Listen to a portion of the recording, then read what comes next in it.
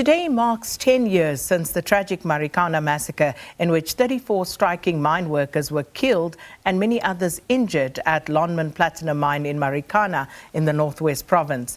Now, the actions of police have always remained questionable in the eyes of many experts who have been documenting and analysing the events since 2012. One such expert is David Bruce, an independent researcher specialising in policing and a consultant for the Institute for Security Studies.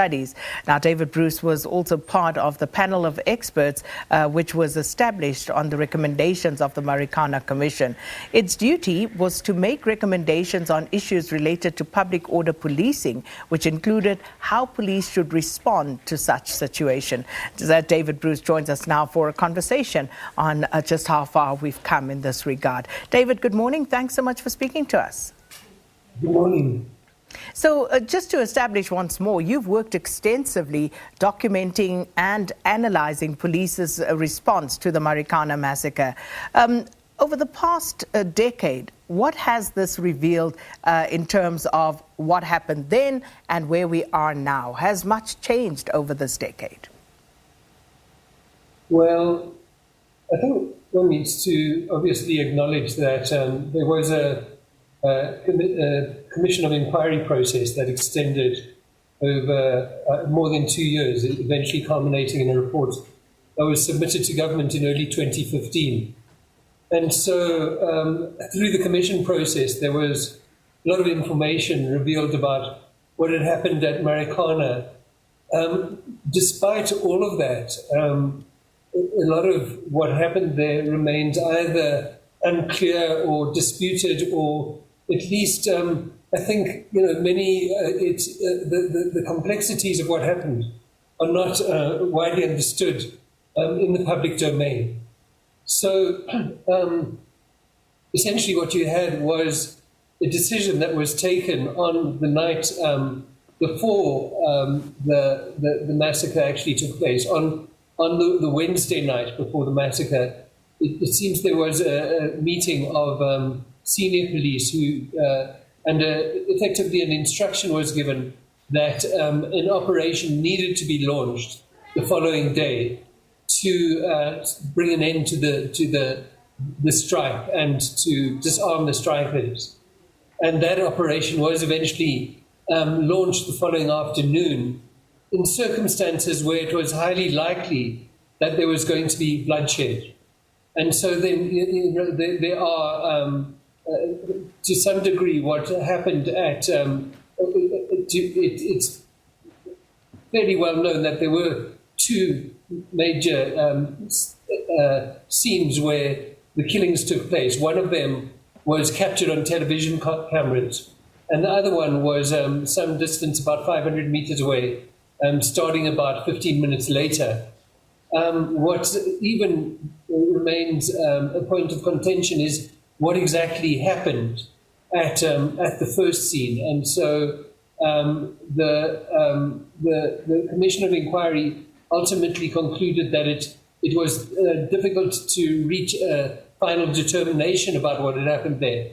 But many people tend to agree that effectively what happened was that as a result of the fact that there were things like rubber bullets and tear gas being fired from behind them, that kind of pushed the strikers towards this line where the TRT members were standing, that the TRT members were believed that the strikers were charging towards them and opened fire on them. And so it seems that ultimately what happened at Marikana, scene one, could be seen partly as the result of a tragic misunderstanding. But if one goes back to the decision that was made to launch the operation, at that point it was recognized that there was the potential for a serious risk of bloodshed. And so I would suggest that one needs to start, insofar as these questions of responsibility and accountability for the massacre are concerned, one needs to focus in on that decision as an entry point for this kind of question.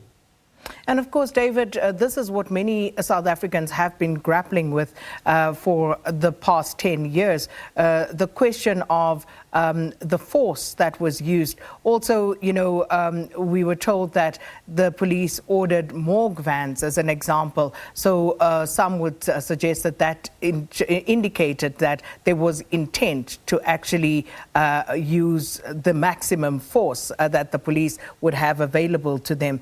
But in terms of whether there has been justice and accountability from the police, do you think that enough has been done?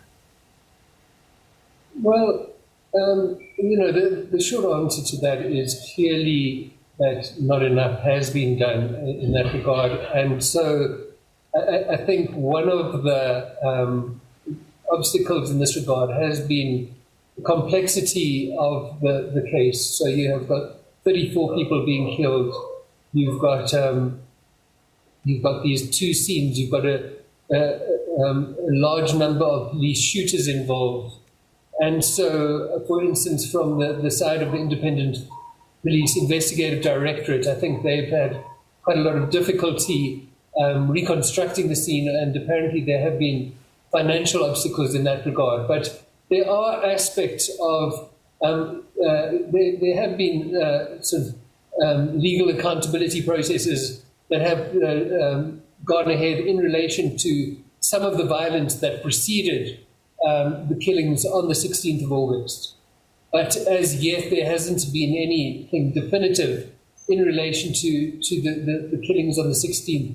And again, I would suggest that these questions to do with the leadership decision-making are where the National Prosecuting Authority should, that should at least be its entry point into these questions. So, for instance, the instructions that were issued for the operation to go ahead in circumstances where it was patently obvious that there was a high probability of bloodshed. And so I think that notwithstanding the complexities involved in investigating and potentially prosecuting this case, that would be somewhere where the legal processes at least should have focused.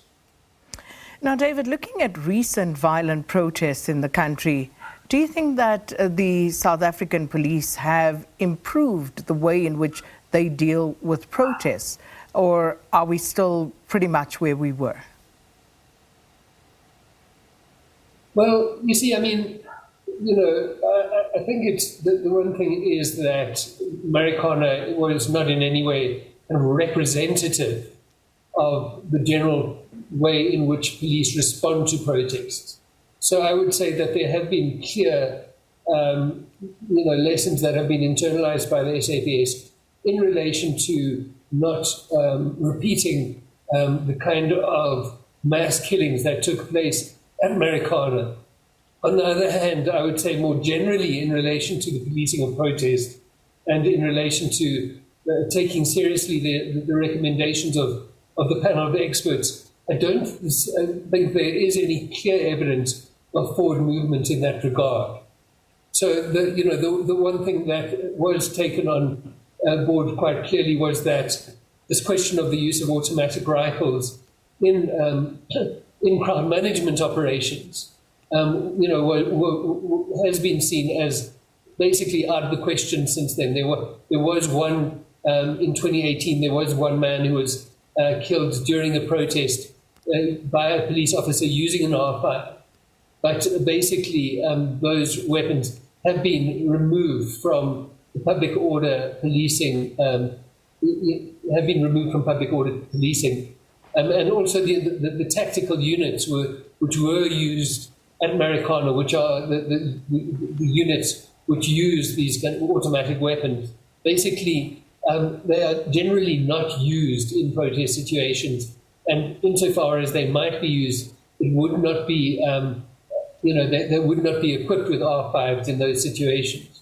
So there are very distinct ways in which the very fundamental or basic lessons of Marikana have been incorporated into policing in South Africa. And unfortunately, we're out of time, David, but I just want to squeeze in this question.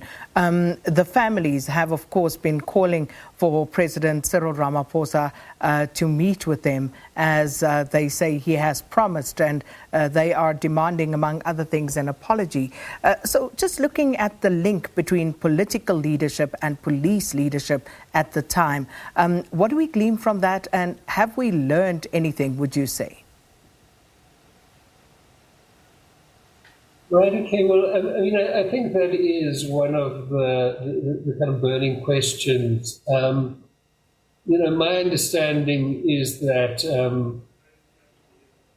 one should not neglect or ignore the violence that preceded the violence, the police, the massacre. And so, there has been a lot of focus on President Ramaphosa and his, the role that he played in the events leading up to the massacre. My understanding is that he was, in essence, responding to the violence that had been taking place. That there had been 10 deaths, of which 7 were people who had been killed by people who were ostensibly linked to the strike, and it was appropriate to raise a concern about the violence that was linked to the strike. And so,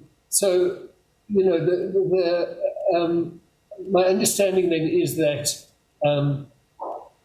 so insofar as, so I think that this is a complex issue. I would say that the burden of an apology should fall on the SABC. If the question of Ramaphosa meeting with the families, well, that's not something that I can really comment on. Well, we'll leave it we'll leave it there for now. Thanks so much, David Bruce, independent researcher specializing in policing and also a consultant for the ISS.